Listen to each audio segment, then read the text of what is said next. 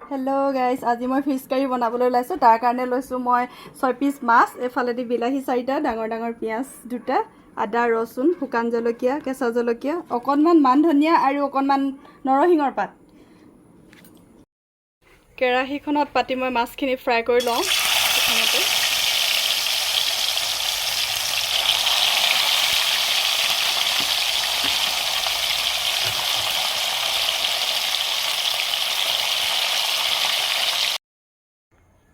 এফালেদি মই মাছখিনি ফ্ৰাই কৰি ল'লোঁ আৰু বিলাহী পিঁয়াজ গোটেইখিনি এইখিনি পিচি ল'লোঁ।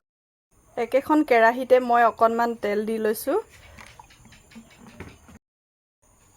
প্ৰথমতে মই দি লৈছোঁ অকণমান জিৰা আৰু অকণমান পাঁচফোৰণ।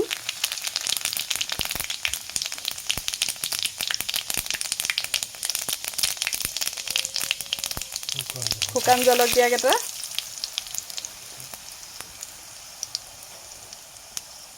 নৰসিংহ পাত,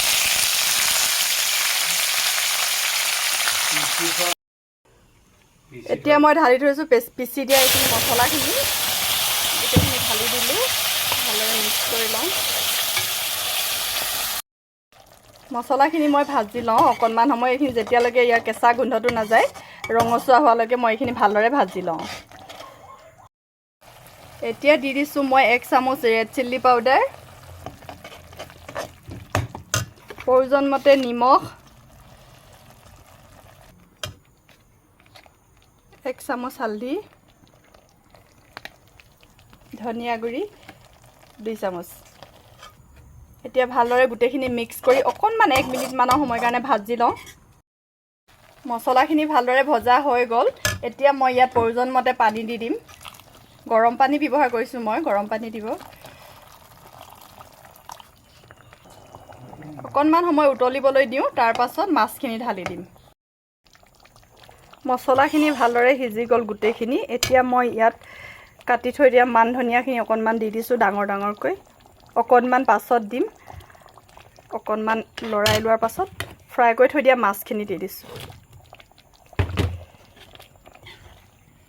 এতিয়া ভালদৰে মিক্স কৰি 2-3 মিনিটমান সময় উতলিবলৈ দিম, তাৰ পাছত ৰেডি হৈ যাব।